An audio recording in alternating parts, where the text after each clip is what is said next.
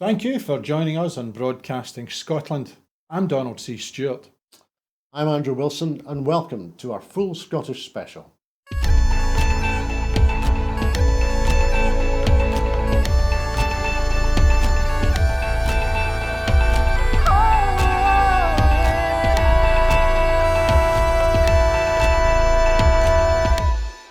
I'm joined in the Broadcasting Scotland studios this evening by my colleague Donald C. Stewart. And this evening on this full Scottish special, we're going to be discussing the COVID during the pandemic.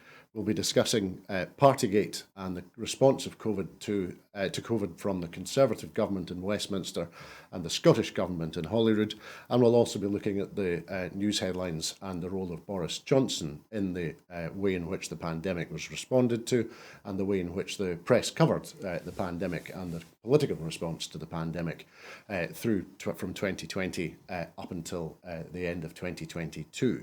Donald, how are you doing this evening? I'm doing very well, thank you, Andrew, and glad to see you in person for once. Well, it's grand to be here in Cowcaddens, and I should say Merry Christmas as well. Indeed, and Merry Christmas to you and everybody who has been joining us over the last year.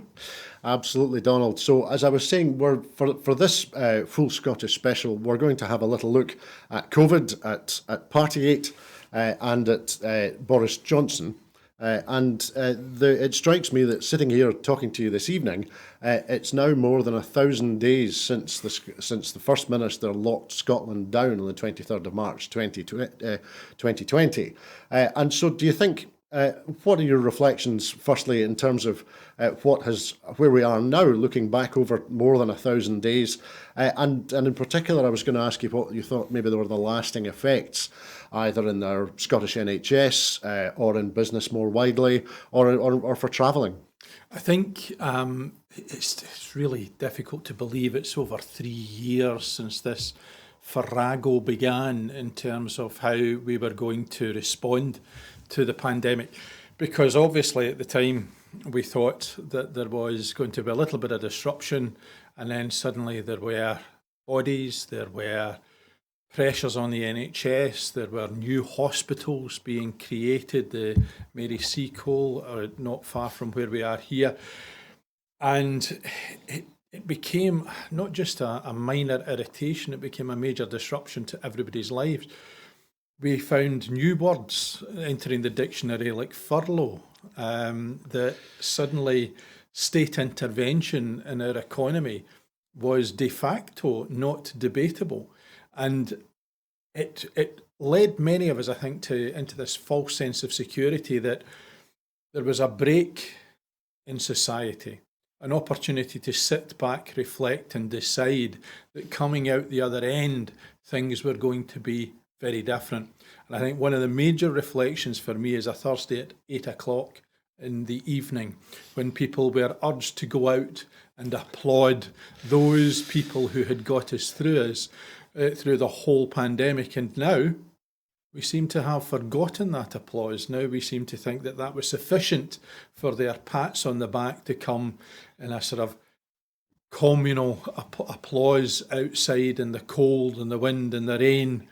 But the cold and the wind and the rain is what they're facing now, not just the actuality of it, but economically, because wages, the NHS, the way in which we depended upon people who every single day put their lives on the line for us, care workers and care homes, who went in order to support the most vulnerable in our society, now earning as much, if not less, than those who are in supermarkets stocking shelves, and demanding that they get some kind of just reward, and been given, quite literally, the cold shoulder by the Conservative government down south. And even where there are attempts by governments up here in Scotland in particular to try and meet the demands that are being made of them, there are fiscal levers in place that stop them being able to do that.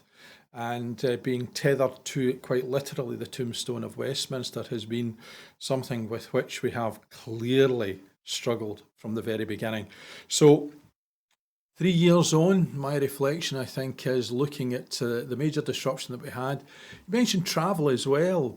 You know, the idea that we've had COP15, we've had COP27 this year, that green energy and the way in which we deal with the environment is something we should be taking more cognizance of.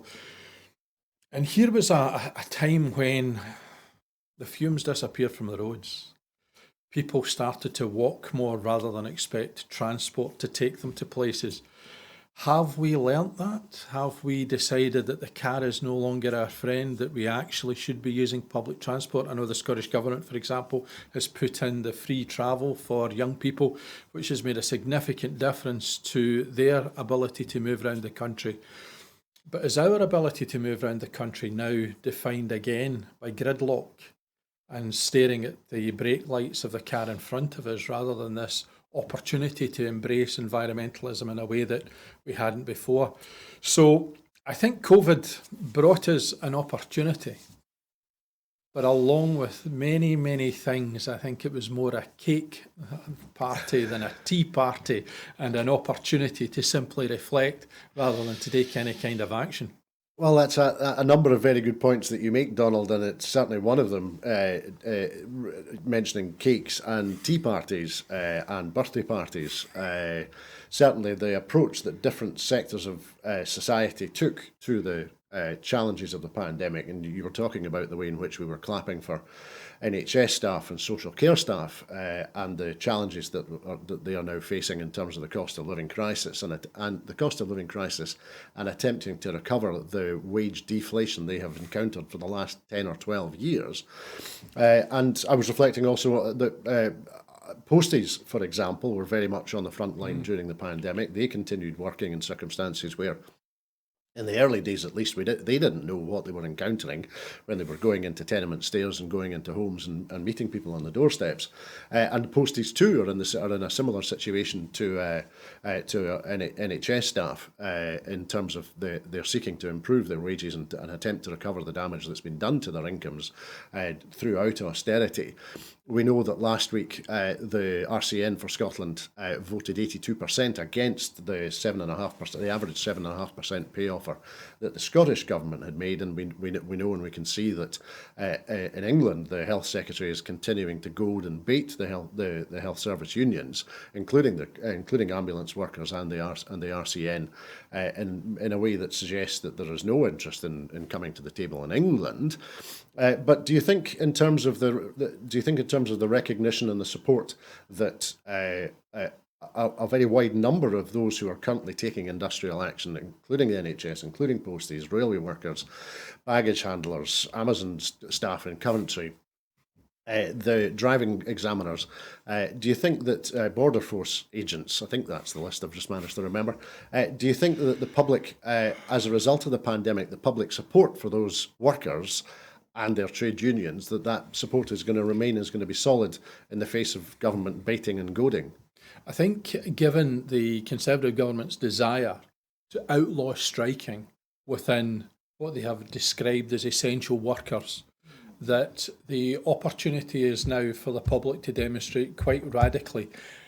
I say radically, it should be a norm. The idea, I mean, many will have seen the memes and the Facebook posts that the people complaining about strikes over Christmas during holiday time. The reason you have holidays is because of trade unions. The fact is that they have provided us all with the opportunity to have a balance in our lives. And here they are campaigning once again to demonstrate that the imbalance of power within our society is such that those at their weakest resolve are being pressured again to provide the opportunity for those who are at the highest level of both economic stability and indeed income, with the opportunity to continue as if nothing has been going wrong at all, whereas the rest of us down the bottom end are struggling to make ends meet, to pay the rent, to pay the mortgage, to look after Christmas for our children. The idea that some are not going to be able to afford a Christmas dinner, to not be able to afford presents, are going to food banks but are full-time workers within the NHS. And, the idea that people are getting upset because of this disruption, I think is beginning to change.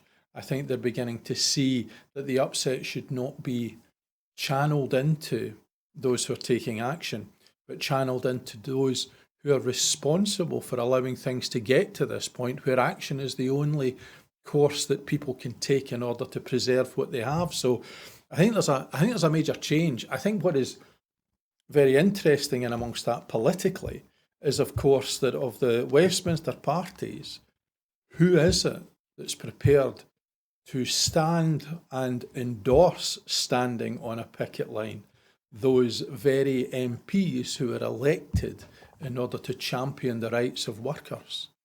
And I think that that may well be something that's going to come back quite dramatically and hit some parties very much on the head, or indeed in the polls.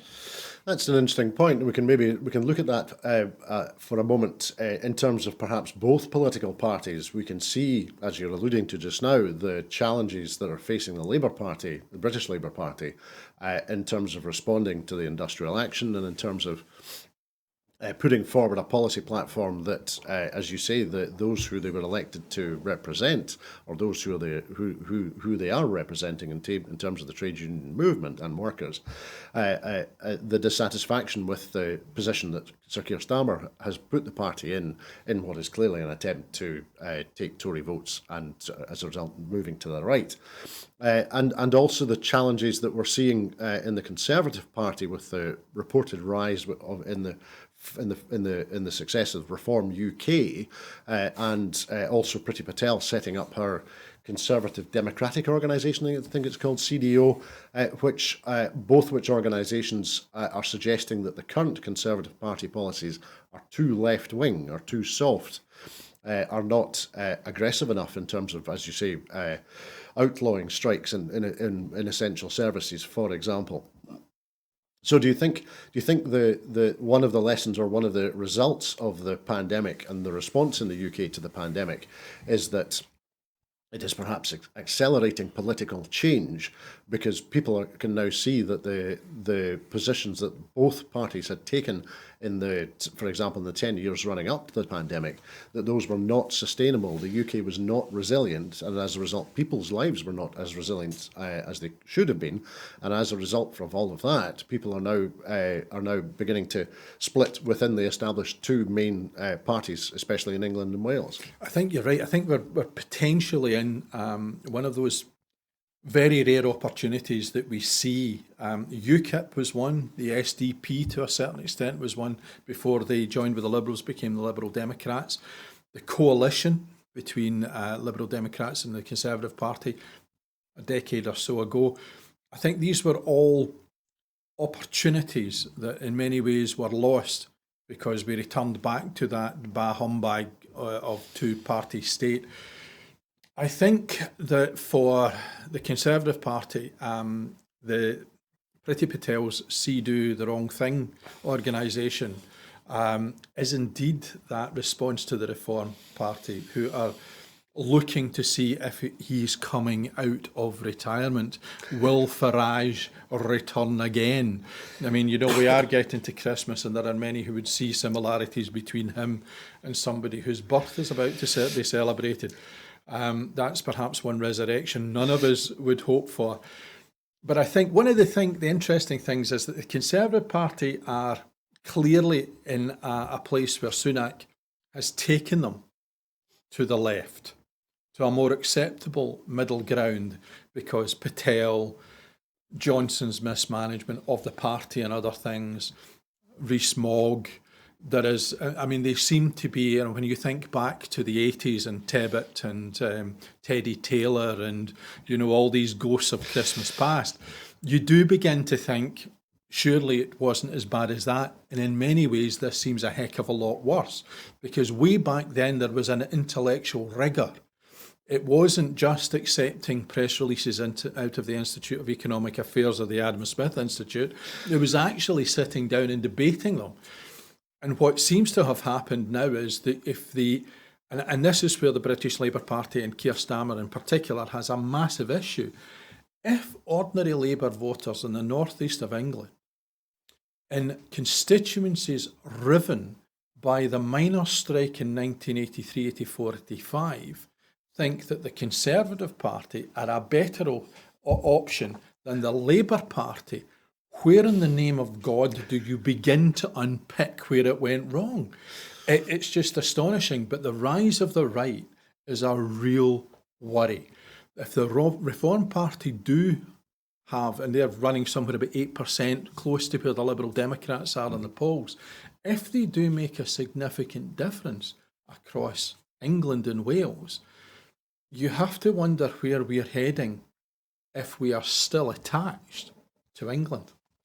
Well, that's a very, very good point, Donald. I'm certainly reminded that one person I know who voted no in 2014 and who is probably indie curious now had said that with watching the rise of UKIP and the successor parties that have come after that, that as soon as the politicians in England start calling for the death penalty to be restored, then she will vote for independence. And I think it certainly feels sometimes that we're not that far away from it. Priti Patel's no longer Home Secretary, so maybe there's a respite briefly, but not necessarily that long a respite. But let's look at the Conservative politics a little bit in particular now, thinking of the Prime Minister who was Prime Minister through the majority of the pandemic. A Prime Minister who had who I think everyone would agree had a certain skill set, but it may not necessarily have been the ideal skill set for an economic and public health crisis, the scale of which we had not seen for a very, very long time. In terms of Boris Johnson, are you at all surprised that the manner of his response, and this is with hindsight, I grant you, but do you think, were you surprised at the manner of his response to the seriousness of the crisis and also the ultimate denouement for him, which was that his personal behaviour during the pandemic led to his downfall, or led significantly to his downfall? Did any of that come as a surprise to you? I don't think it came as a surprise to anybody. But I think that what increasingly the surprise was about the fact that he clung on. And I think that ordinary politics almost got suspended along with our disbelief that somebody who every single day, week and month would have yet another example of misbehaviour without even, going off to castles in order to see if he could see them was just astonishing. And I think that there is a day of reckoning coming for the Conservative Party. Of that, I'm quite sure. Just exactly what it's going to look like, I don't know, because I think one of the things that Sunak has been able to do is ensure that he has a run towards the election, where he may be judged not on the previous two Prime Ministers and their record, but on his own record. And he does have a degree of credit, shall we say, because of the way that he dealt with the pandemic. Although he was still in Johnson's government, whether or not the Conservative Party are going to ever forgive him for being the disloyal person who brought, his pal down. He was hardly a Geoffrey Howe, savaging like a dead sheep, or nor was he Michael Heseltine in terms of how he did bring Johnson down. But there is a division there. How that division is going to heal, given that many of the MPs are already beginning to say, oh, by the way, I'm not standing again. Many of the MPs who had the whip withdrawn by Johnson are not going to be brought back into the Conservative Party. I'm not sure what Sunak does in order to win the election. He almost has to hope that the Argentines suddenly rediscover that they have claims over a South Sea island, and we can start a war that's winnable and not going to spread, which is a terrible thought. But by the same kind of token, I think that the Labour Party also have an issue, because although they're winning by elections and they're doing well, the clothing that was taken off them of caring for the working class within these working class communities by UKIP, following by the Brexit Party, and now potentially by Reform, they need to find some sort of mojo, because the one part of the UK that has found them out, I believe, is the one part of the UK where they need to have significant gains if they're going to form a British government, and that's in Scotland. I think that's very fair, and I think we've been reading reports in the press suggesting that Douglas Alexander has his eyes set on Kenny McCaskill's constituency in East Lothian, which strikes me as an interesting development. That Douglas Alexander still sees himself as having a role in Scottish politics, as a day-to-day Scottish politics rather than as an occasional voices off in the manner of Jack McConnell is a curious thing. But coming back to Johnson and Johnson's behaviour and the behaviour of others in the Johnson administration, including those who went to Barnard Castle for whatever reason, do you think that there is a prospect that at any point any sort of justice is going to be seen? And I'm thinking of we've had SNP MPs who were prosecuted and convicted. We had a number of citizens who were prosecuted and convicted for breaking the COVID regulations from time to time as they changed, and that's despite the difficulty that there was in interpreting and implementing those regulations. Do you think there's any prospect of justice being seen to be done with regard to Johnston's behaviour and the behaviour of others who partied in Downing Street while the rest of the country complied with the law? The short answer, I think, is no. I think one of the problems that, certainly not just now, and certainly I don't think in the next 5 to 10 years, if you look, I think, at the justice that was eventually got from, for example, Bloody Sunday, Hillsborough, it took a long time to strip away the establishment's large pen when it came to redacting detail.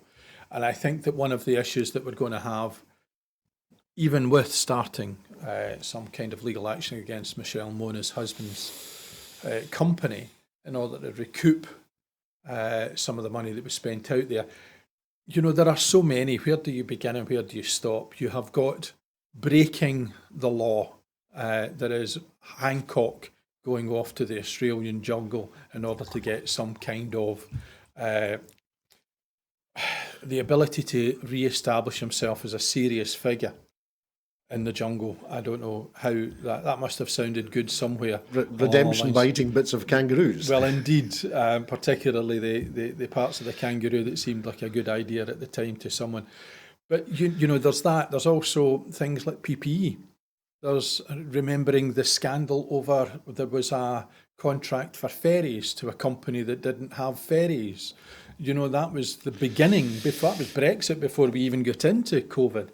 So I think that there has been a level of malfeasance, potentially corruption, which there would need to be potentially a budget the size of what was used in order to deal with the pandemic in order to bring all of them to some form of justice. Perhaps history is going to be the only justice that we're going to see as it is written and rewritten revisionistly in terms of what has happened. What will happen in terms of a Labour government? It will be, if there was a Labour government after the next election, I would imagine that the Conservative government would say they're only doing that to us because they don't like us. In a Trump style, and why can we not move on? The lines are writing themselves as we sit here thinking about them. But in terms of those who suffered, do you think sufficient time has elapsed since the lockdown periods where people couldn't see their loved ones as they died in care homes, where people couldn't attend family who were in hospital and were sick, the comedian Joe Lycett, who couldn't see his best friend and who died during the pandemic. Do you think those people who suffered, who had a direct emotional impact of the way in which the regulations were formed and were implemented, do you think that is the passage of time going to be sufficient to allow those people to forgive and forget, or is their righteous indignation going to continue to burn? May their righteous indignation continue to burn. No. We are in the month where a former secretary in a Nazi death camp was convicted in a German court and given a 2-year suspended sentence for her role within the Holocaust. 27 years in order to bring justice for the families at Hillsborough. At not one point did any family sit and decide not to carry on, though they had many doubts right throughout the whole of the time there. I do not think that anybody who has lost a loved one in the circumstances where they couldn't say goodbye will look at the photograph of a health secretary canoodling in Downing Street or a prime minister raising a glass in celebration whilst they were unable to do the one last decent thing in the lives of the people that they have lost and say, we can move on. Well, with regard to moving on, that's a very interesting point that you're making, Donald. I'm thinking also, do you think that in terms of moving on in political terms, do you think that in particular the relatively radical changes that we saw in a Johnson administration, a fairly loose attachment to complying with the law, either personally or as a government, a determination to do whatever was required in the next 24-hour news cycle in order to continue operating, a determination not to implement any policies at all, and simply to fight culture wars as a way, as a cipher for what might otherwise be regarded as serious politics, which was intended to improve the lives of citizens and voters. Do you think that Johnson, the pivot to Johnson, is that a signpost of the direction of travel in our politics for the next political generation, or was Johnson an aberration?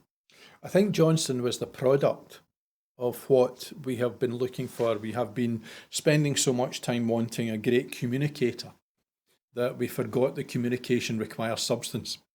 And it has to have an anchor on something with a big T called truth. And what we ended up with was somebody who could sell it and by gosh could shovel it. But we didn't actually understand the stench that came with it. And I think that hopefully, and again, I reference back to the 1980s and the Conservative Party of yore, the idea of Boris Johnson being in a cabinet with some of those political heavyweights of the 80s, even into the 90s, seems to me absurd. I would even suggest that in the wilderness years in the Labour Party, that a shadow cabinet that had someone of that ilk in it would be completely and utterly discredited. And I think that what we've seen is social media culture affect what we're after. So we got a TikTok president in a prime ministerial office, and what we're hoping for is that we can ditch that and see a little bit more substance for the future. So I'm hopeful that by the time we have forgotten what his middle name is, that we have somebody who is a bit better in post. Thank you, Donald. And of course, I'm reminded inevitably that Blair McDougall told us in 2014 that Boris Johnson would never be Prime Minister. But I'm afraid that's all that we have time for this evening. Donald, thank you for talking with me, discussing the COVID crisis, discussing Boris Johnson, and discussing Westminster politics. It's been a pleasure. Thank you. Thank you very much. But I'm afraid that's all that we have time for this evening.